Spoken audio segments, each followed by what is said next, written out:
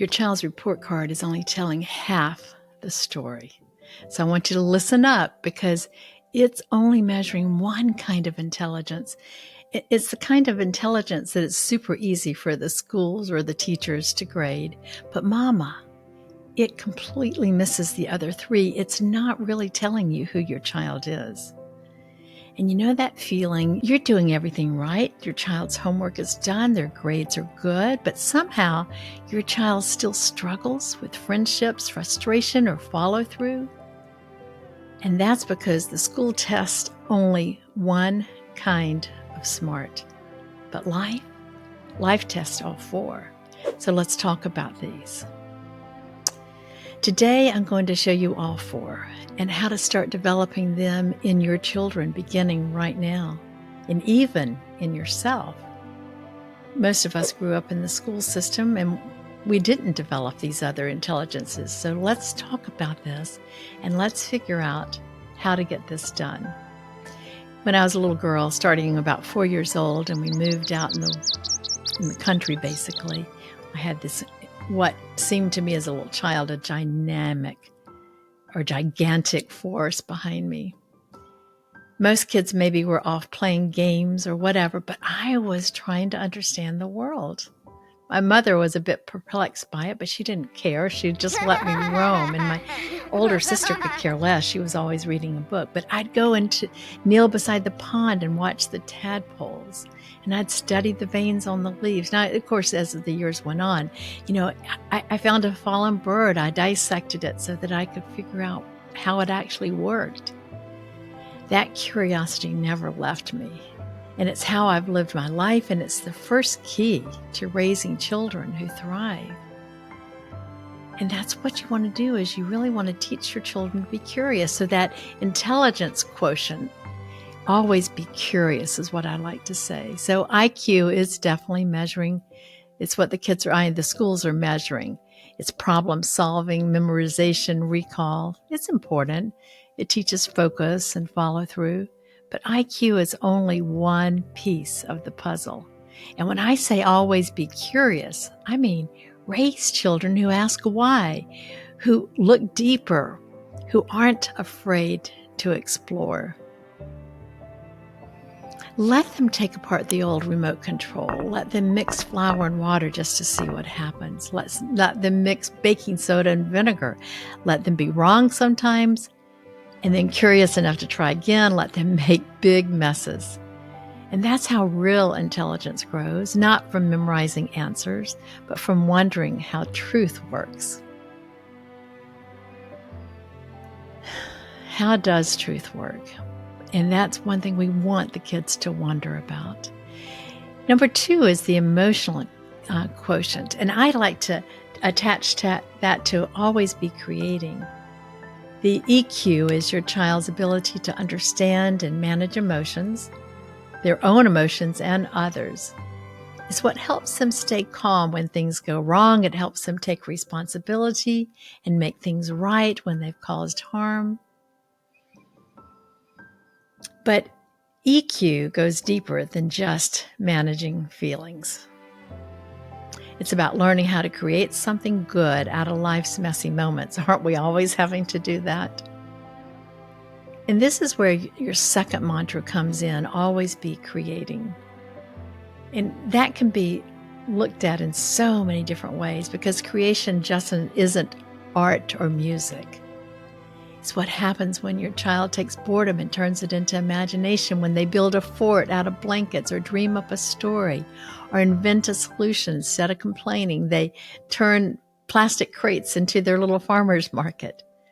And when my grandchildren tell me they're bored, I celebrate it. I go, woohoo, I'm so glad you recognize that. Now, what are you going to create so that your brain is no longer bored? They look at me so weird, but they have learned basically to do an about face, and within seconds, they are creating something. Boredom isn't the enemy, because boredom is the doorway to imagination. On another note, when they've hurt someone and they come back to that child or person and say, will you forgive me? They're creating an opportunity for reconciliation, and that, Mama, is essential in every relationship. Not that little, oh, I'm sorry. No, I do not tolerate that. There has to be an actual face-to-face, eye-to-eye asking for forgiveness. Teach them that every problem, every emotion, every quiet moment is raw material, and their creativity is the tool that God gave them to turn it into beauty. So what's the third quotient? Social quotient. And I think I see that as being the fruit of curiosity and creation. SQ, or social quotient, is the ability to build and maintain meaningful relationships.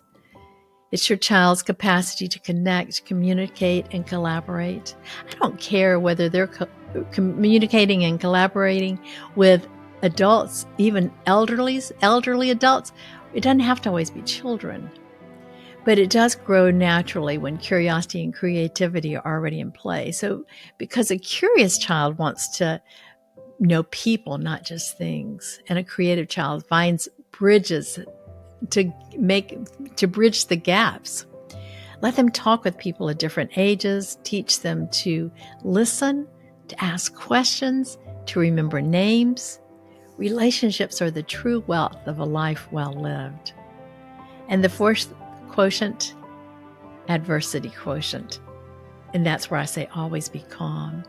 That AQ, or that adversity quotient, measures how well your child handles hard things. When life gets messy, the grades drop, the friend leaves, the plan falls apart, AQ decides who crumbles and who keeps going. And this is where your third mantra shines: always be calm. Teach your children. They can be super excited, but teach them to be calm, because calm isn't weakness. It's strength under control. It's teaching your child that storms will come, but they don't have to be, the child himself does not have to become the storm. When you don't rush to fix everything, when you guide them instead of rescuing them, you give them the gift of courage to stand steady when life shakes, and it will shake. For them, for us, even at 71 years old, my life still shakes. How do you prepare the children for the road? So, Mama, here's the truth. Your job isn't to prepare the road for your children, but it is to prepare your children for the road. Because before you know it, they're going to be gone. And if you smooth every bump, you steal their strength. But when you let them struggle, you help them grow strong, and that's what we want. We want these little ones, even at 2 years old, I want them growing strong. Model what you want to see. Show them what curiosity looks like in adulthood. Show them how to create ideas and solutions instead of excuses. And when life gets hard, show them how to stay calm. That, my friend, that, my sweet mama, is legacy. Not perfection, presence. So I want you to think about these, the 4 different quotients that we can measure or develop. And so here's a practical takeaway for you this week. I'd like for you to try this. Encourage your children to explore something new. Encourage yourself to explore something new. And help them practice humility and ask for forgiveness. Guide them to reach out and build connection. And let them face a challenge without you fixing it. When you do this, you'll start to see growth, not just in what they know, but in who they're becoming.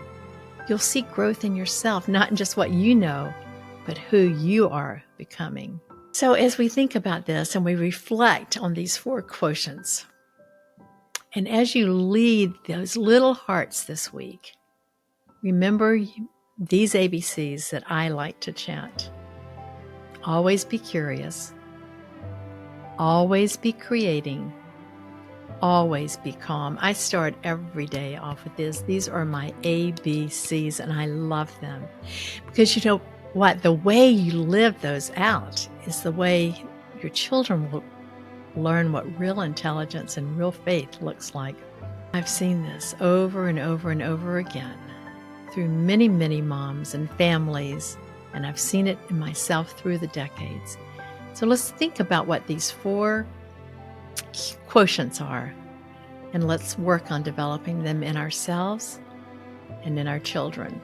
And have a salubrious day, and remember to celebrate your mama moment.